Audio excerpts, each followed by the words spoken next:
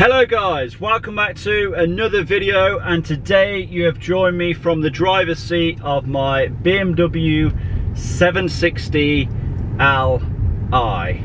Now this video essentially is going to be my first proper drive in this thing. So obviously I bought the car and drove it home, but the day I bought it, it was snowing.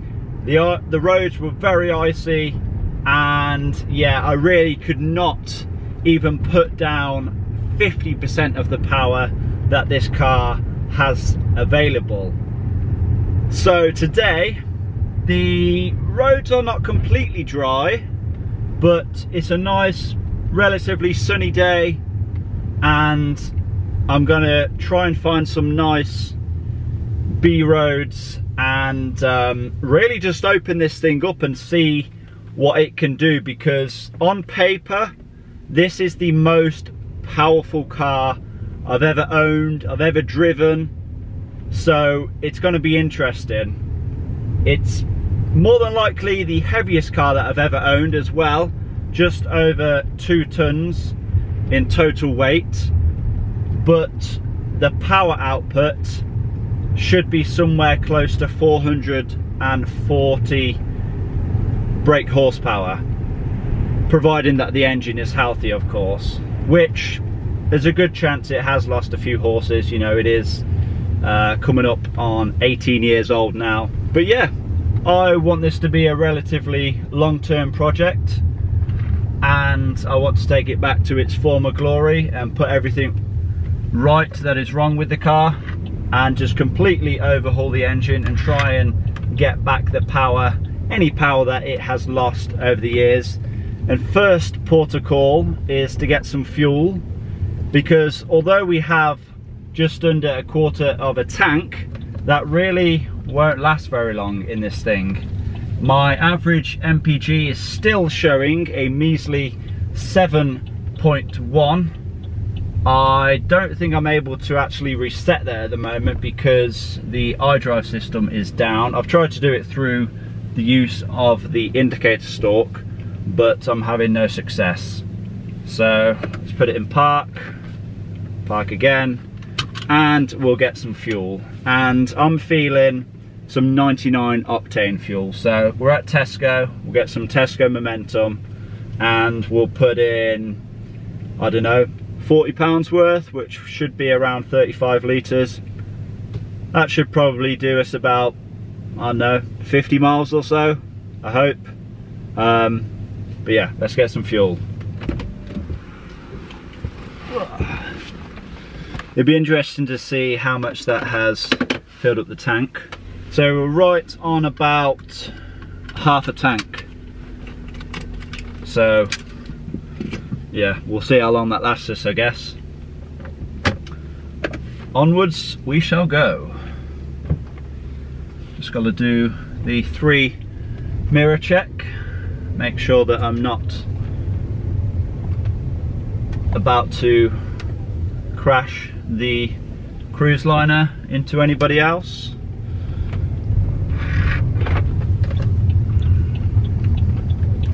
And we'll go round the island, trying not to roll over. Oh, and what's this? Dynamic drive failure.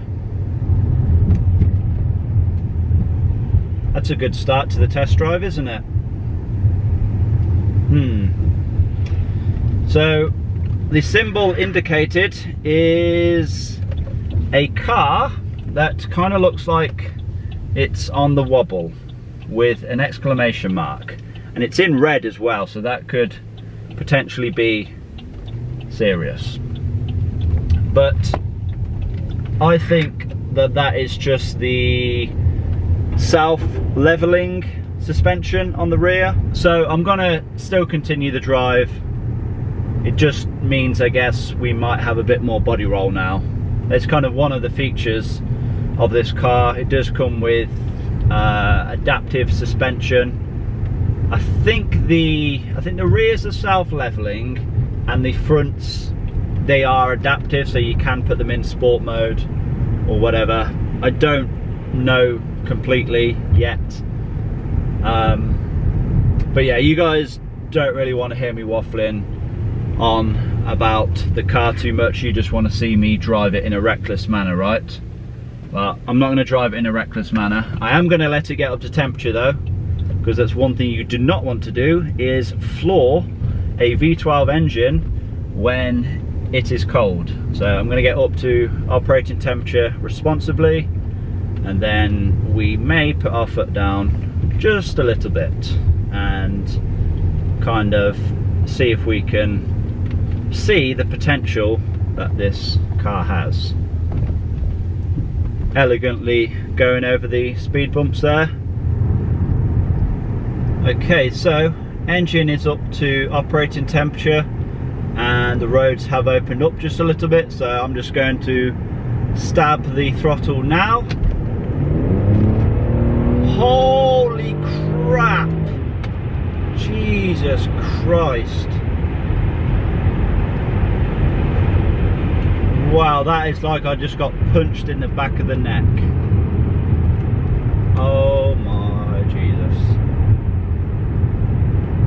That did take a while to kick down, I'm not gonna lie. Like, I planted my throttle and there was kind of a few second delay. That's probably partly down to the fact that the gearbox has more than likely never been serviced in its 18-year life. That's another thing that I'll be getting onto.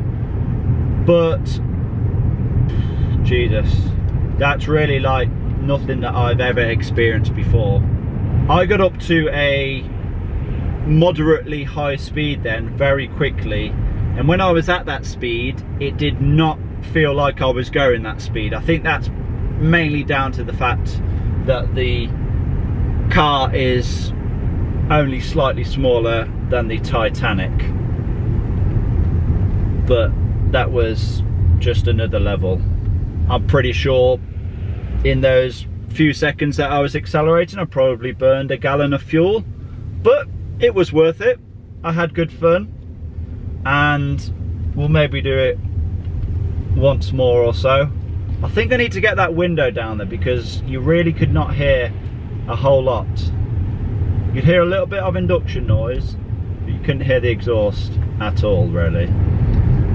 So I think I'm going to actually put it into manual mode and use this Steptronic system and see how well that works. We're in second gear at the moment. Let's put the window down as well. I just hope you don't hear a load of wind noise now, but let's just go for it.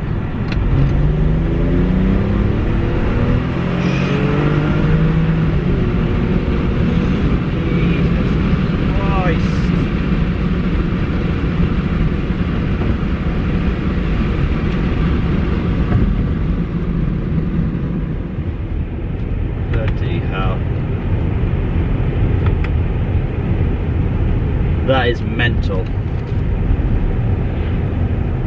There is kind of a slight hesitation in the lower RPMs where it kind of deceives you. It kind of gives you a false sense of expectation where it thinks it's going to just slowly feed you in, and then as soon as it hits like 3,000 to 4,000 RPM you'll just fall back in your seat. And I'm not exaggerating, by the way. This thing is quick. I don't really want to do a first gear pull because I don't know what kind of shape these tyres are in, but let's do another second gear. And it steps on it, then it just wants to rip your neck off. Oh! And slow down because we are fast approaching the speed limit for the road. Whew, started to get a bit of sweaty palms. That is really quite an experience. Oh, let's do it again, shall we?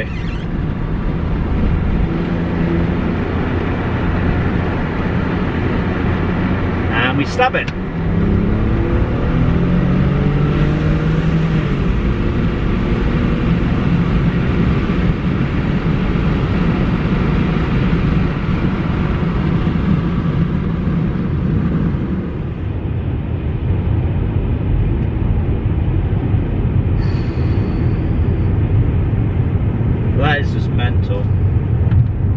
could feel this thing being effortless to overtake anything on the road, that's for sure. Don't even have to think about it. The best part is, with it being such a large luxury car, most people probably wouldn't anticipate it being so quick, but it is. This has, like, I guess early 2000s sports car. I'm not going to say supercar, I'm going to say sports car power in a car that weighs just over 2 tons with the luxury that it has. You know, you just felt like you sat in an armchair floating down the road. You don't feel any bumps at all. Effortless to steer, takes no effort at all, and you have the power there if you need it, if you want to overtake, or if you just want to hear the engine open up a little bit. It's readily available.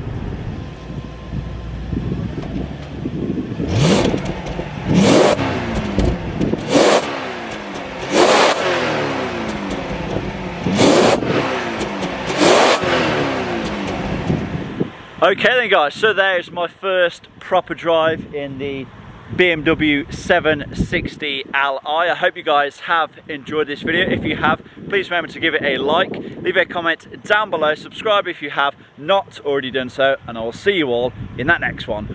Peace!